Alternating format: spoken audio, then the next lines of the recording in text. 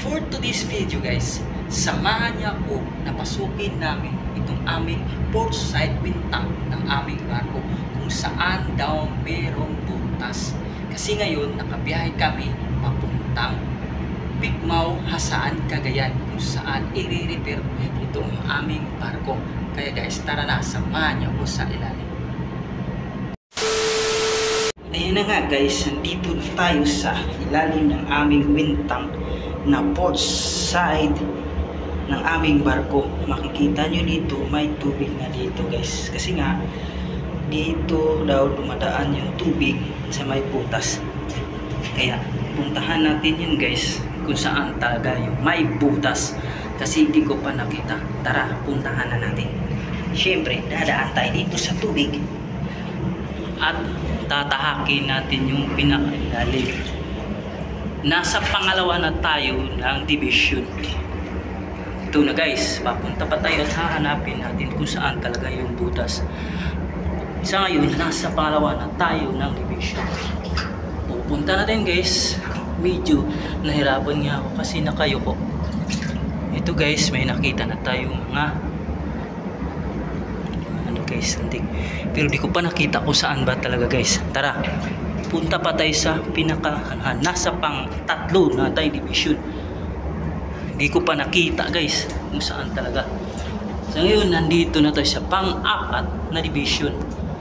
Basta sinasabi nila, nandito lang daw sa may gilid. At sa ngayon, nandito na tayo sa pang-apat na division.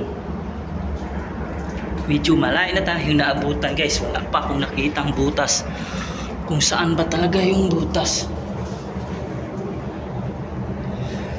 Kasi ngayon guys, nasa tayo sa pang 5 division na tayo. Ayun. Baka ito na yun guys nga ang sinasabi nila na butas. Ito na guys. Nasa pang 9 na tayo na division. Ay, ito na nga ata guys, yung sinasabi na butas na pang 9 na division. Makikita nyo guys, maliit lang naman butas guys, kaya walang problema. Pero syempre guys, ipare-repair pa rin natin kasi nga ito na nga, grabe ang nipis na guys. Oh, kitang kita nyo yun guys.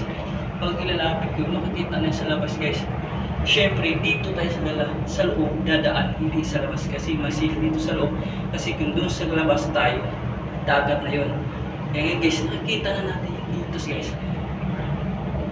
Kung talagang masuhin yun guys, biyak na yun guys. Kaya guys, yan ang butas.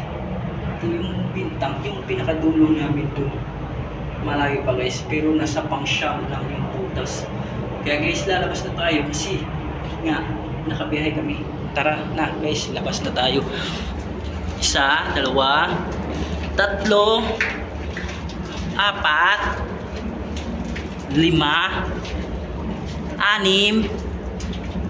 7, 8, 9. Yan guys, may tubig na guys.